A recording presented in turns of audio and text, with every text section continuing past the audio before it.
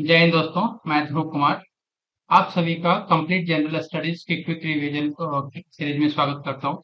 Basically ये series हम इसलिए लेकर आए हैं कि क्योंकि आपके एग्जाम के पॉइंट ऑफ व्यू से सीरीज काफी इंपॉर्टेंट है। बेसिकली इसमें क्या करेंगे कि करंट अफेयर्स के साथ साथ जीएस के जितने भी सब्जेक्ट्स हैं जैसे history, geography, polity, science, economics, सबको एक साथ कवर करेंगे। इसका बेनिफिट ये होगा कि मतलब वन टाइम में आपका सारे सब्जेक्ट एक साथ कवर हो जाएंगे। इसमें हम लोग करेंगे कि जो सब्जेक्ट्स हैं तो हर एक सब्जेक्ट के एक एक टॉपिक्स को कवर करेंगे बेसिकली। तो इसमें क्या होगा कि एक साथ आपका मतलब एग्जाम के टाइम तक सारी चीजें एक साथ आपका कंप्लीट हो जाएगा। ये जो टॉपिक्स हैं आपके एग्जाम के पॉइंट ऑफ व्यू से बहुत ज्यादा इंपॉर्टेंट है, क्योंकि मोस्ट ऑफ प्रीवियस ईयर यदि आप क्वेश्चंस देखोगे तो यहाँ से डेफिनेटली आपके क्वेश्चंस पूछे गए हैं। चलिए स्टार्ट करते हैं। फर्स्ट आपका इसमें करंट अफेयर्स है। तो करंट अफेयर्स की बात करें यहाँ पर फर्स्ट कि वो जापान जापान ने बेसिकली क्या किया है कि क्लाइमेट मॉनिटरिंग सैटेलाइट्स का उसने एक सक्सेसफुली लॉन्च किया है। तो यहाँ से पूछा जा सकता है कि जो जिस रॉकेट से उसने लॉन्च किया उस रॉकेट का नाम है इसका S2A रॉकेट। तो ये भी पूछा जा सकता है कि S2A रॉकेट के द्वारा किस कंट्री ने, किस देश ने क्लाइमेट मॉनिटरिंग सैटेलाइट्स को लॉन्च किया है। तो आंसर क्या होगा? जापान। या फिर यहाँ से पूछा जा सकता है कि जापान ने किस मतलब रॉकेट की मदद से अपना क्लाइमेट मॉनिटरिंग सैटेलाइट्स को लॉन्च किया, तो S2A रॉकेट के द्वारा। तो यहाँ से इस तरह के क्वेश्चन पूछा जा सकता है। सेकंड यहाँ पर है कि आंध्र प्रदेश गवर्नमेंट ने बेसिकली किया किया है कि जो उनके लोकल इलेक्शंस, जो लोकल बॉडी इलेक्शन थे, उसमें कंडीशन रखा हुआ था कि जो दो बच्चे होंगे उन्हीं को इलेक्शन के लिए फाइट कर सकते हैं, दो से ज्यादा वालों के लिए नहीं। तो क्या हुआ, इसको इन्होंने रिमूव कर दिया है, हटा दिया है। अब कोई भी इलेक्शन इजीली लड़ सकता है। और मतलब रीजन क्या है उसको हटाने के पीछे? की रीजन ये है कि वहाँ का जो फर्टिलिटी जो रेट है वो घट रहा है। ठीक है। इसको देखते हुए आंध्र प्रदेश की गवर्नमेंट ने ऐसा डिसीजन लिया था। ये पूछा जाता कि किस स्टेट की गवर्नमेंट ने ऐसा डिसीजन लिया? आंध्र प्रदेश ने किया। थर्ड यहाँ पर है कि ministry of electronics and information technology ने बेसिकली क्या है, मिटी जिसको कहते हैं, उसने लॉन्च किया क्या, विश्वसनीय ब्लॉकचेन टेक्नोलॉजी स्टैक, जो बेसिकली प्रोवाइड करता है blockchain as a service base. Next है कि इंडिया का जो first silicon carbide manufacturing facility को एक आधारशिला रखा गया है। और किस राज्य में रखा है? उस राज्य का नाम है उड़ीसा। उड़ीसा ने ऐसा किया है। ठीक है। तो इसको डेवलप किसके द्वारा किया गया? तो RIR पावर इलेक्ट्रॉनिक्स लिमिटेड के द्वारा किया गया। 1 जुलाई को नेशनल डॉक्टर्स डे मनाया गया। इसका जो आपके एग्जाम में पूछा जाता है कि थीम क्या था इस साल का, तो इस साल का थीम था बिहाइंड द मास्क। ठीक है, बिहाइंड द मास्क वो हिल्स द हीलर। नेक्स्ट है यहाँ पे कि बिहार ने बेसिकली एक स्कीम लॉन्च किया। उस स्कीम का नाम है मुख्यमंत्री प्रतिज्ञा स्कीम। ठीक है। तो किस गवर्नमेंट के द्वारा किया गया? तो बिहार के द्वारा लॉन्च किया गया है। बेसिकली इसमें फायदा क्या होगा कि जो बच्चे क्लास 12 के बाद, 12वीं के बाद, उनको इंटर्नशिप दिया जाएगा। और इस इंटर्नशिप के फाइनेंशियल सपोर्ट दिया जाएगा। और कितना पैसा दिया जाएगा उनको? तो 4,000 से 6,000 रुपए दिया जाएगा। ठीक है। और यदि मान लीजिए कोई इंटर्नशिप अपने डिस्ट्रिक्ट से बाहर करना चाहते हैं तो 2,000 रुपये एक्स्ट्रा दिया जाएगा। और अपने स्टेट से आउटसाइड जाने के लिए उनको 3 मंथ तक 5,000 रुपया एक्स्ट्रा दिया जाएगा। ये कुछ करंट अफेयर्स के क्वेश्चंस थे। नेक्स्ट देखते हैं ये हिस्ट्री का। हिस्ट्री में बेसिकली यहाँ पे हिस्ट्री में यूरोपियंस इन इंडिया। ठीक है। जो यूरोपियंस आए थे इंडिया में उनका पूछा जाता है कि कब आए थे, फर्स्ट फैक्ट्री कहाँ पे स्टेब्लिश किया था। ठीक है। ऐसा क्वेश्चन पूछा जाता है। तो यहाँ पर बात करें first Portuguese east India company की, कब आई थी, स्टेब्लिश कब हुआ था? 1498 में। हेडक्वार्टर कहाँ बना था, इसके कैपिटल कहाँ था? तो गोवा में। ठीक है। ट्रेडिंग सेंटर से इनका क्या था, जहां से व्यापार करते थे, तो इन्होंने कालीकट में 1500 में बनाया था। उसके बाद कन्नौर, कोचीन, गोवा, बेसिन और दीव में। इंडिया से गए कब? तो गए 1961 में। और फर्स्ट फैक्ट्री मोस्टली एग्जाम में पूछा जाता है कि फर्स्ट फैक्ट्री कहाँ पे स्टेब्लिश किया था? तो 1500 में इन्होंने कालीकट में स्टेब्लिश किया था, स्थापित किया था। उसके बाद डच की बात करें यहाँ पर। ठीक है। तो डच बेसिकली क्या है कि डच ईस्ट इंडिया कंपनी जो थी हमारी, तो कब आई थी? 1602 में। हेडक्वार्टर इन्होंने कहाँ पे पुलिकट में बनाया, बाद में वो नागापट्टिनम चले गए। फिर ट्रेडिंग सेंटर कहाँ कहाँ थे, तो पुलिकट में 1609 में था, फिर सूरत 1616 में, चिंसोरा और कोचीन। इंडिया से गए कब, 1825 में गए, और फर्स्ट फैक्ट्री इन्होंने 1605 में मसूलीपट्टनम में बनाया, स्थापित किया। ठीक है। फिर ईस्ट इंडिया कंपनी की बात करें तो 1600 में आए थे। हाँ, हेडक्वार्टर इनका यहाँ था, कलकत्ता था, बाद में दिल्ली में हो गया था अंडर ग्राउंड रूल के टाइम पे। ट्रेडिंग सेंटर था, व्यापारिक केंद्र कहाँ पर, मसूलीपट्टनम 1611 में स्थापित किया, सूरत, मद्रास, हुगली, बॉम्बे और कलकत्ता में। गए कब, तो बेसिकली उन्होंने 1947 में इंडिया से गए। परमानेंट फैक्ट्री जो उन्होंने स्थापित किया था वो सूरत में 1613 में किया था, और टेम्पररी पूछा जाए तो टेम्पररी फर्स्ट मछलीपट्टनम में 1603। फिर डेनिस की बात करें यहाँ पर, तो डेनिस कब आए थे, 1616 में। इनका जो हेडक्वार्टर था ट्रैंकवर था, और इनका जो ट्रेडिंग सेंटर था ट्रैंकवर और सिरमपुर। फिर इंडिया से गए कब, 1845 में, अपना सारा कुछ बेच बाच करके ब्रिटिश के हाथों चल दिए यहाँ से। फिर इन्होंने जो फर्स्ट फैक्ट्री स्थापित किया ट्रैंकवर में किया था, जो तंजौर के निकट है, 1620 में। फिर फ्रेंच ईस्ट इंडिया कंपनी की बात करें तो एस्टेब्लिश हुआ था 1664 में।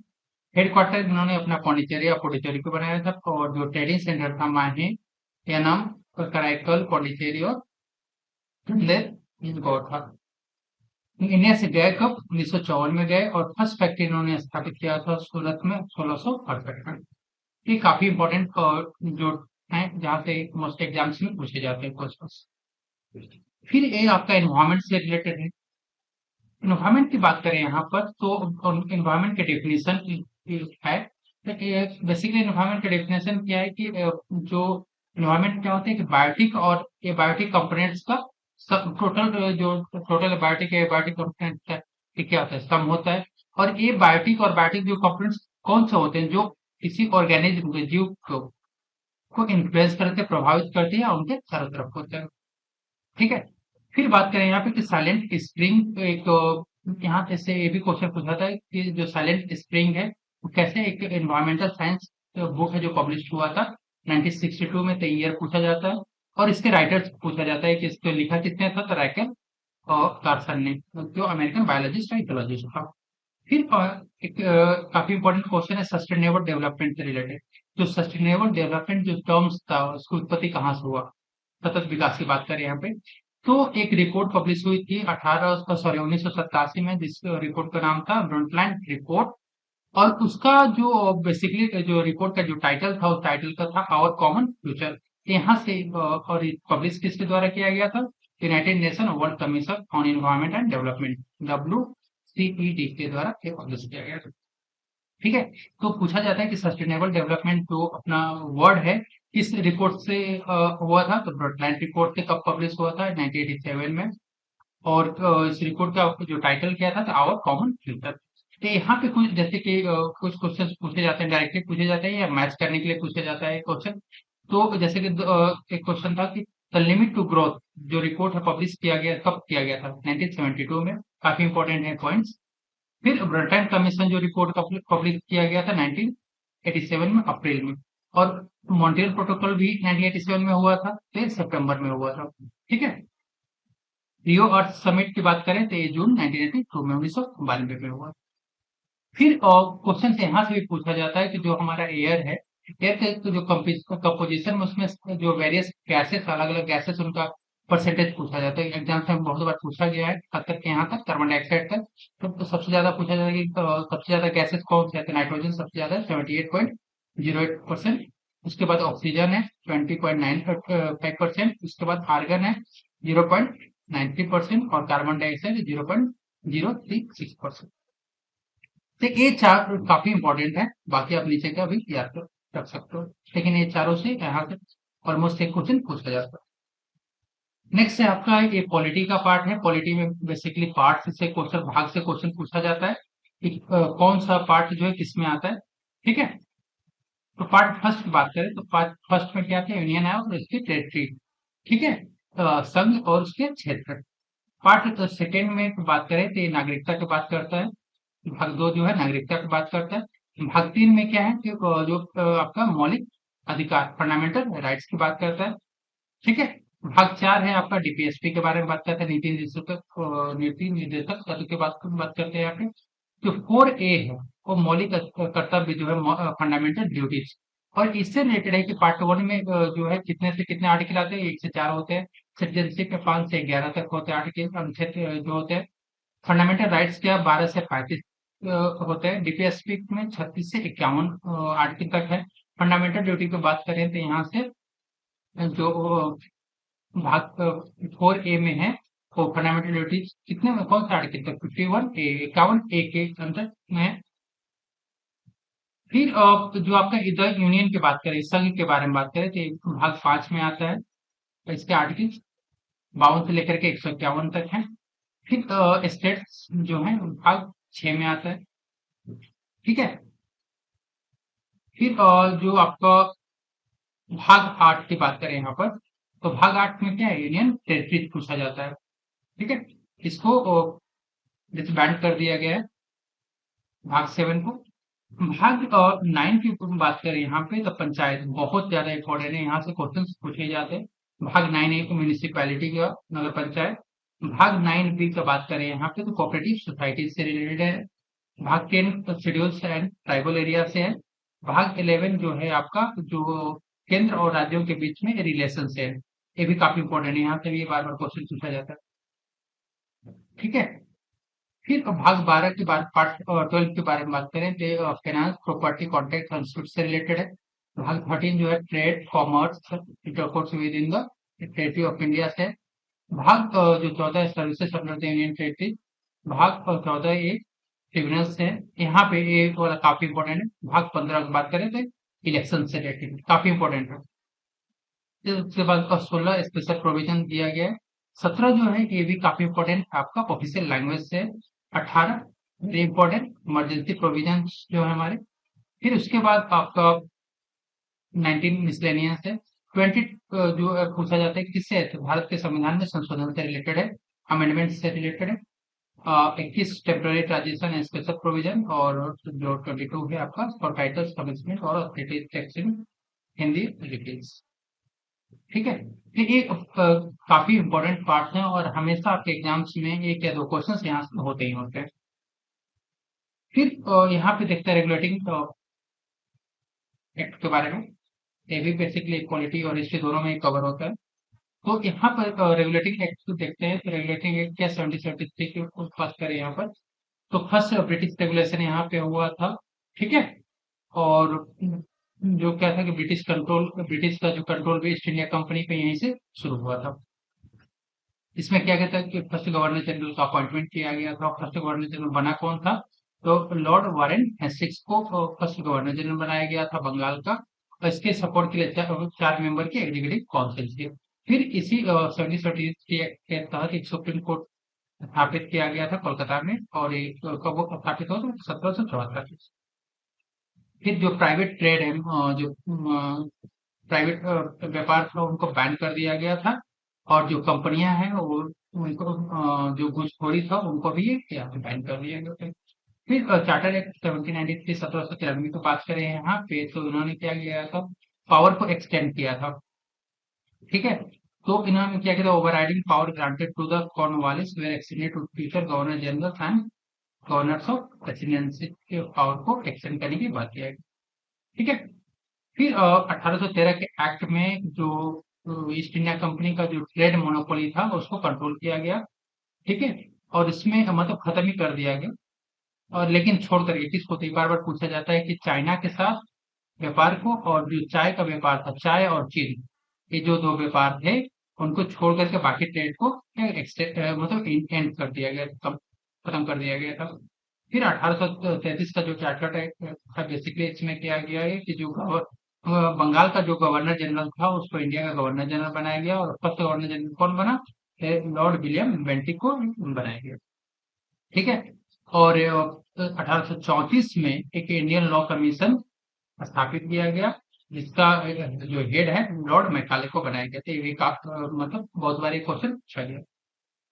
फिर साइंस से बात करें यहाँ पर, तो साइंस में यूनिट का टॉपिक है तो यूनिट से भी क्वेश्चन आपके एग्जाम में पूछा जाता है, जैसे कि वाट, जो वाट है किसका है, पावर का यूनिट है, और जो इक्वल बराबर होता है 1 जूल पर सेकंड के। तो यहाँ से सीधा लेकर के वाट का तो पावर का यूनिट पूछ लेगा 1 जूल पर सेकंड या वाट, तो दोनों में से कोई एक को आप मार्क कर दीजिएगा।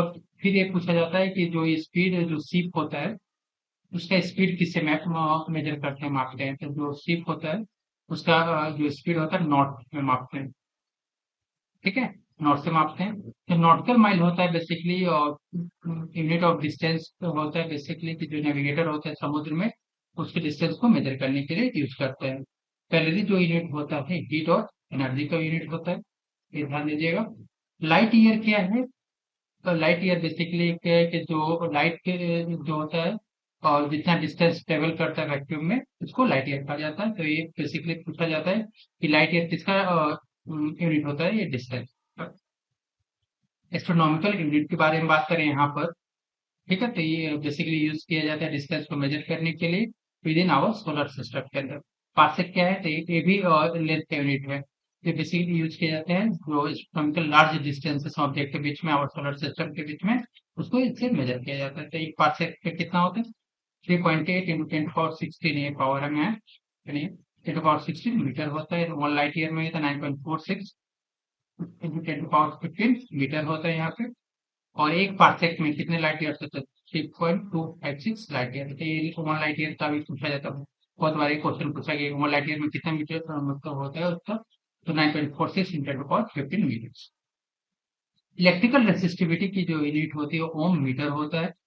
मैक जो होता है हाई स्पीड को मेजर करने के लिए होता है। वेवलेंथ मेजर किया जाता है एंगस्ट्रॉम में, और प्रेशर मेजर किया जाता है पास्कल में, और एनर्जी मेजर किया जाता है जूल में। ये काफी इंपॉर्टेंट यूनिट्स है और यहाँ से मोस्टली आपके क्वेश्चन मिलेंगे। इसके अलावा कुछ और इंपॉर्टेंट यूनिट्स हैं, जैसे कि करंट को मेजर किया जाए, करंट का यूनिट होता है एम्पियर होता है, ठीक है। और वेवलेंथ जो लाइट का होता है उसका एंगस्ट्रॉम होता है। इलेक्ट्रिक चार्ज का फैराडे होता है। मैग्नेटिक इंडक्शन का गॉस होता है। मैग्नेटिक फ्लक्स का मैक्सवेल होता है। इलेक्ट्रिक चार्ज का कूलम्ब होता है। इलेक्ट्रिक रेसिस्टेंस का ओम होता है। इलेक्ट्रिक टेंशन का वोल्ट होता है। पावर का वाट हो गया, ठीक है। और इंटेंसिटी ऑफ साउंड की बात करें तो बेल हो गया आपका। टेम्परेचर का जो यूनिट होता है वो हो गया आपका सेल्सियस, केल्विन और फारेनहाइट, ठीक है। एटमॉस्फेरिक प्रेशर का बार होता है। क्वांटिटी ऑफ हीट का कैलोरी हो गया। फोर्स का डाइन होता है। वर्क और एनर्जी का जूल हो गया। वर्क का न्यूटन भी होता है। प्रेशर का पास्कल हो गया। और ल्यूमिनेक्स का। इकोनॉमी की बात करें यहाँ पे, तो इकोनॉमी से भी क्वेश्चन पूछा जाता है आपका कि इंडियन इकोनॉमी कैसी व्यवस्था है। तो इंडियन इकोनॉमी हमारी जो मिक्स्ड इकोनॉमी, ठीक है। तो इंडियन इकोनॉमी बेसिकली हमारा क्या है कि मिक्स्ड इकोनॉमी का एग्जांपल है यहाँ पे, ये भी डायरेक्ट क्वेश्चन पूछा जाता है। मिक्स्ड इकोनॉमी बेसिकली होता है क्या है कि कैपिटलिज्म और सोशलिज्म का क्या है, मिक्सचर है, कॉम्बिनेशन, ठीक है। तो इसमें और एक या तो एक ऑप्शन में होता है, या फिर होता है कि जिसमें कि पब्लिक और प्राइवेट दोनों सेक्टर को एग्जिस्ट करते हैं साइमल्टेनियसली एक साथ, तो हमारी वो वैसी इकोनॉमी है, मिक्स्ड इकोनॉमी है। इंडियन की economy basically labour surplus economy माना जाता है और एक डेवलपिंग इकोनॉमी है। हाउएवर तो फॉलोइंग फीचर्स क्या क्या इंडियन इकोनॉमी के क्या क्या फीचर्स हैं बेसिकली, तो लोग पर कैपिटल इनकम है। एक्सेसिव डिपेंडेंस ऑन एग्रीकल्चर पे ज्यादा अभी भी डिपेंडेंसी है। High rate of population growth और ओवर पॉपुलेशन बात करें यहाँ पे, तो क्रोनिक अनएम्प्लॉयमेंट और डिस्गाइज्ड अनएम्प्लॉयमेंट है। कैपिटल फॉर्मेशन पुअर है। टेक्नोलॉजी लेवल भी हमारा बहुत अच्छा नहीं है। फिर ह्यूमन कैपिटल भी अच्छा है। लैक ऑफ इंफ्रास्ट्रक्चर की बात करते हैं यहाँ पे। हाई लेवल ऑफ पॉवर्टी और इनइक्वालिटी है। इंडस्ट्रियल डेवलपमेंट है। मार्केट इंफ्रास्ट्रक्चर है। और जो हमारा low level of living of average Indians की बात करते हैं। इससे हमारी जो इंडियन इकोनॉमी है बेसिकली मिक्स इकोनॉमी है, डेवलपिंग। देखिए एक डेवलपिंग का एक आपके क्या है फॉलोइंग फीचर्स, यहाँ से क्वेश्चन पूछा जा सकता है। ये आपका ज्योग्राफी का टॉपिक है बेसिकली। इसमें इंडिया की बात करें तो इंडिया का जो क्षेत्रफल है वर्ल्ड के जो कंट्रीज हैं उसका क्या है, 7th कंट्री में आता है हमारा, 7th पोजीशन पे आता है, ठीक है, क्षेत्रफल के मामले में। फर्स्ट पे क्या है, Russia, Canada, USA, China, Brazil और ऑस्ट्रेलिया के बाद हम 7th पे आते हैं। तभी क्वेश्चन पूछा जाता है। इंडिया में 28 स्टेट्स हैं, 80 यूनियन टेरिटरीज हैं। टोटल एरिया बात करें तो आप यहाँ पे देखो 32, 87, 263 स्क्वायर किलोमीटर है, ये अप्रोक्सीमेटली जो वर्ल्ड के टोटल लैंड सरफेस का 2.4% है। तो 2.4% और 7th पोजीशन है आपकी, आपको याद होना चाहिए क्योंकि यहाँ क्वेश्चन पूछा जाता है। जियोग्राफिकल एक्सटेंट की बात करें, लैटिट्यूडनल एक्सटेंट ये भी पूछा जाता है कहाँ से कहाँ तक 6 डिग्री 8 नॉट जो कन्याकुमारी में है से लेकर के 37 डिग्री 6 नॉट लद्दाख तक। और किलोमीटर में बात करें तो 3,200 किलोमीटर तक है। लॉन्गिट्यूडनल एक्सटेंट 68 डिग्री 7 गुजरात से लेकर के 97 डिग्री 25 आपका ईस्ट अरुणाचल प्रदेश से जो कवर करता है आपका 2900 किलोमीटर। तो ट्रॉपिक ऑफ कैंसर बार बार एक क्वेश्चन पूछा जाता है, कर्क रेखा से रिलेटेड जो है कितने पे होते हैं, तो 38 डिग्री पे माना जाता है। और ये कितने स्टेट से पास करती है, तो 8 स्टेट से पास करती है। कौन कौन से स्टेट है उनका नाम भी पूछा जाता है, जैसे गुजरात, राजस्थान, मध्य प्रदेश, छत्तीसगढ़, झारखंड, वेस्ट बंगाल, त्रिपुरा और मिजोरम। ये नाम काफी इंपॉर्टेंट है। या तो सीधा पूछता है कितने स्टेट्स हैं, तो 8 हो गए। या नाम तो मोस्टली नाम भी पूछ लिया जाता है, तो गुजरात के नाम आपको आप 8वें स्टेट्स के नाम याद रखना। फिर बात करें स्टैंडर्ड मेरिडियन ऑफ टाइम की, तो 82.5 डिग्री की बात करें, ये क्रॉस करता है बेसिकली उत्तर प्रदेश के मिर्जापुर से, और छत्तीसगढ़, उड़ीसा, मध्य प्रदेश, आंध्र प्रदेश और जो छत्तीसगढ़ का जो राजधानी है Raipur, closest capital to the this meridian, standard meridian of time की बात करें। ठीक है। सो ये काफी इंपॉर्टेंट टॉपिक्स हैं जो आपके एग्जाम के पॉइंट ऑफ व्यू से काफी इंपॉर्टेंट